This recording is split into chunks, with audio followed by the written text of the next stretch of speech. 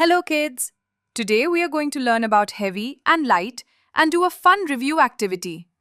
Look at our friends in the picture. Heavy.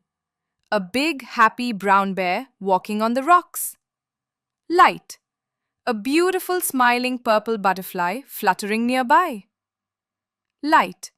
A cute little grey bunny hopping in the grass. Heavy. A big yellow adventure jeep parked by the river. Excellent! Now let's do a fun review activity. Tick the heavy and the light object. Look at the pictures waiting for your answers. Look at the tiny blue dragonfly and the big orange pumpkin. Put a cross for the dragonfly and a tick for the pumpkin. Look at the little green frog and the huge friendly elephant. Put a cross for the frog and a tick for the elephant. Excellent! See you next time. Goodbye.